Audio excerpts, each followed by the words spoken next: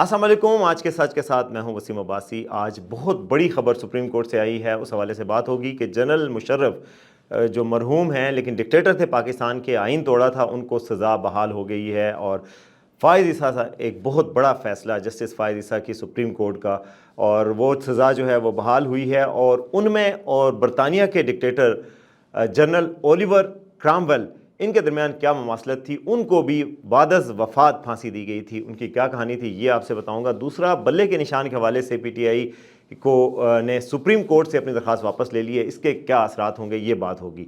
तो सबसे पहले थी जनाब, सुप्रीम कोर्ट से बहुत बड़ी खबर आई है कि जनरल मुशर्रफ की जो सज़ा मुअत्तल हो गई थी लाहौर हाई कोर्ट से, वो बहाल हो गई है। और आप सबसे पहली बात मैं आपको बताऊं कि लाहौर हाई कोर्ट के किस बेंच ने सज़ा मुअत्तल की थी जनाब, जस्टिस मुज़ाहिर अली नकवी, जिनकी बरतरफी का खदशा है सुप्रीम जुडिशल काउंसिल में, जिन पर करप्शन के इल्ज़ामात हैं। उन्होंने जनाब डिक्टेटर को बहुत बड़ा रिलीफ दिया था और वो पूरी अदालत ही उड़ा दी थी। जिस अदालत ने, जस्टिस वकार सेठ वाली अदालत ने सज़ा दी थी, एक खुसूसी अदालत कायम हुई थी पाकिस्तान में 2019 में, उसने सज़ा का फैसला सुनाया था और उसमें कहा था कि डिक्टेटर ने आइन को मुअत्तल किया, आइन को ख़त्म किया। आइन की मुअत्तली की सज़ा उनको सज़ाए मौत है। पाकिस्तान में संगीन गद्दारी होती है और संगीन गद्दारी में पहली बार पाकिस्तान में किसी डिक्टेटर को सज़ा सुनाई गई थी 2019 में। पीटीआई का दौर था और जो जनरल मुशर्रफ के वकील थे, इंटरेस्टिंगली वो फवाद चौधरी जो पीटीआई के उस वक्त इंफॉर्मेशन मिनिस्टर थे, उनके रिश्तेदार थे।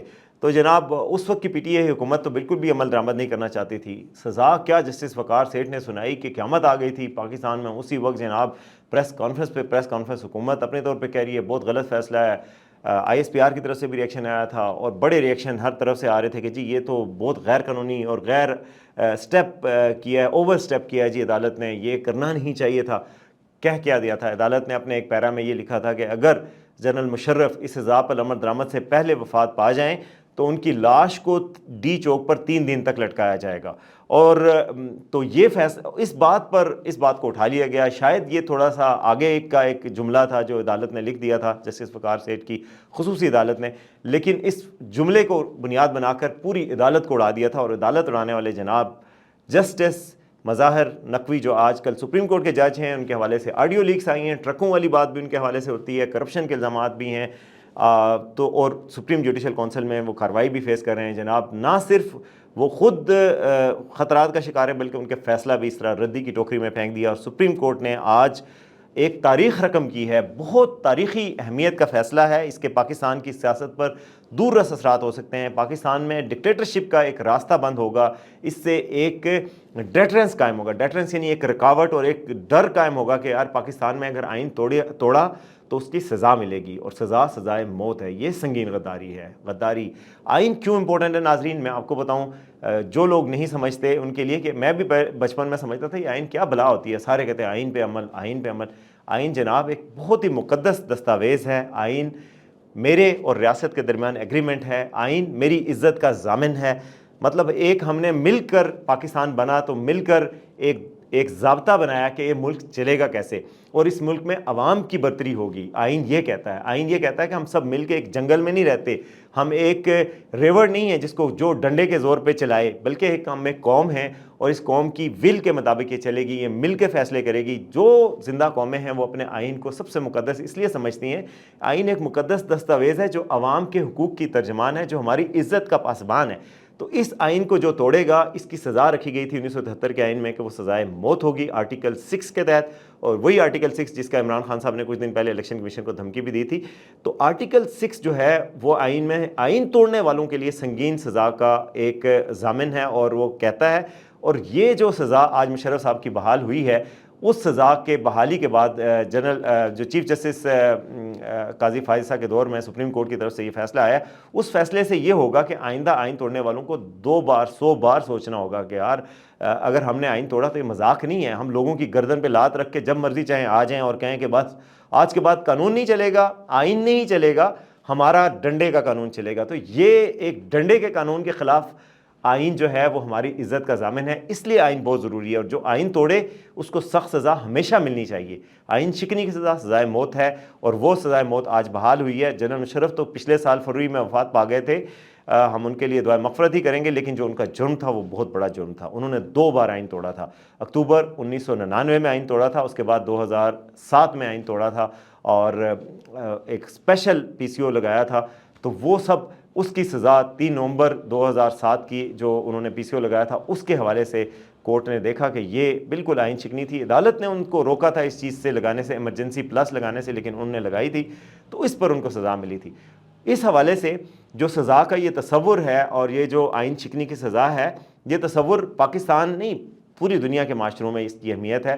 آج میں آپ کو ایک کہانی سناؤں گا کہ یہ ایسا ہی واقعہ آج سے کئی سو سال پہلے، یعنی کہ 1650 کے اراؤنڈ یہ انگلینڈ میں ہوا تھا. انگلینڈ جو اس وقت کی ایک بادشاہی ریاست تھی جہاں شاہی خاندان کی حکومت ہوتی تھی، تو شاہی خاندان کے خلاف ایک وہاں کے فوجی جرنیل تھے اولیور کرامول، وہ بعد میں پارلیمنٹ کے رکن بن گئے اور انہوں نے جناب مہم چلائی اور کہ جی شاہی نظام نہیں ہونا چاہیے بلکہ ایک آئینی ریاست ہونی چاہیے.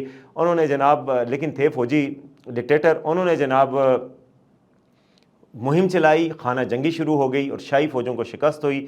پارلیمانی فوج کا وہ حصہ تھے، پارلیمانی فوج کو برتری حاصل ہو گئی. جنرل کرامول جو ہے وہ ملک کے سربراہ بن گئے اور وہ بادشاہ تو تھے نہیں، تو انہوں نے جناب ان کو لارڈ پروٹیکٹر کا خطاب دیا، یعنی محافظ جو ہے محافظ اعلیٰ بن گئے، خادم اعلیٰ نہیں، محافظ اعلیٰ لارڈ پروٹیکٹر کا ان کو خطاب ملا اور جناب وہ لارڈ پروٹیکٹر بن کر ملک کے حکومت کرتے رہے، 5 سال حکومت کرتے رہے. پھر اس کے بعد ان کی وفات ہو گئی. وفات کے بعد جناب پھر خانہ جنگی اور کوئی ایسی ہوئی کہ شاہی فوجوں کو دوبارہ برتری حاصل ہوگی. تو چارلز اول کو انہوں نے سزائے موت دی تھی، اور یعنی ایک بادشاہ کو انہوں نے سزائے موت دی تھی جس کے انڈر وہ پارلیمنٹ میں کام کر رہے تھے اور خود حکومت میں آئے تھے. بعد میں ان کے بیٹے جو بادشاہ کو سزائے موت ہوئی تھی، ان کے بیٹے چارلز دوم برسر اقتدار آ گئے، اور برسر اقتدار آنے کے بعد انہوں نے یہ کیا کہ جناب کرامول کی قبر کھدوائی گئی اور کرامول کی جو ہے وہ لاش نکالی گئی اور اس کو پھانسی پہ چڑھایا گیا. ان کی موت کے تقریباً 18 سال بعد ان کی لاش کو جو ہے وہ پھانسی کے پھندے پہ لٹکایا گیا، اور ان کا جو سر تھا وہ کئی دن تک جو ویسٹ منسٹر ایبے ہے، جو لوگ لندن جاتے رہتے ہیں وہاں پر ویسٹ منسٹر ہے جہاں پہ پارلیمنٹ اور باقی ساری جگہیں ہیں، وہاں پر ایک کھمبے پر لٹکائی گئی کئی دنوں تک. اور 300 سال بعد اور 20ویں صدی میں ان کی لاش کو دوبارہ دفنایا گیا کیمبرج میں.